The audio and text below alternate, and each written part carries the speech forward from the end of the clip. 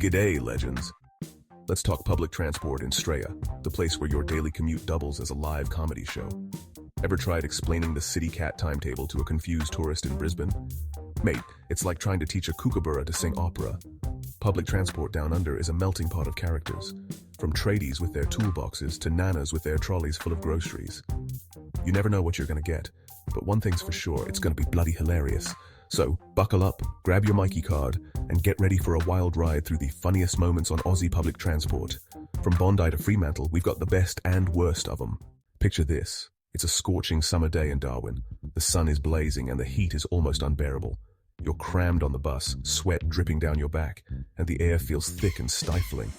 When suddenly, the air conditioning goes out. The temperature inside the bus starts to rise rapidly. Cue the collective groan of despair. Everyone's fanning themselves with whatever they can find. But wait, it gets better. The bus driver, a true blue Aussie legend, whips out a ukulele from under his seat and starts belting out Waltzing Matilda. His voice fills the bus, and suddenly the mood begins to lift. Then there was that time on the B line in Sydney. A bloke got on with a pet cockatoo perched on his shoulder. The bird looked around curiously, taking in the sights and sounds. This feathered friend, not content with just observing, started mimicking the bus driver's announcements. It was like having a little comedian on board. Next stop, Circular Quay, squawk, mind the gap, squawk. The passengers couldn't help but laugh at the bird's antics.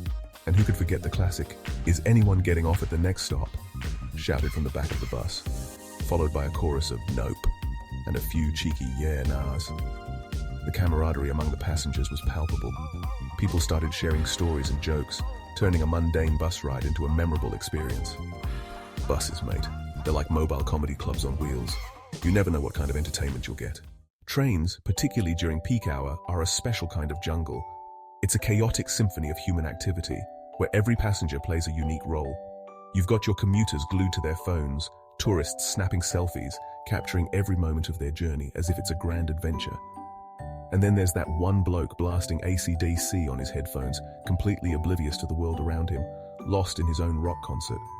I once witnessed a heated debate on the Melbourne train network about, wait for it, the best type of Tim Tam. It was intense. Passionate arguments erupted over whether original, double-coated or chewy caramel reigned supreme. People were really invested in their biscuit preferences.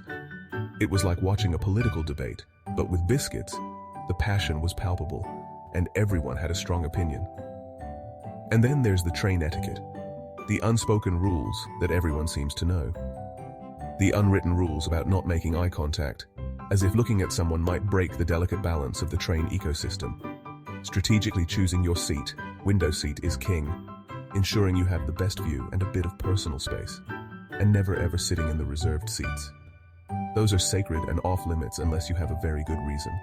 Unless you want a stern talking to from a very grumpy commuter, of course.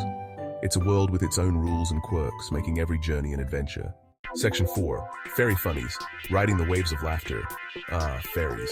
The most scenic way to get around, and also a prime location for some top-notch people watching. Ever seen someone trying to board the Manly ferry with a surfboard twice their size? It's like watching a giraffe trying to squeeze into a Mini Cooper. Then there's the seagulls. Those cheeky buggers are always on the lookout for an unattended 420 pie.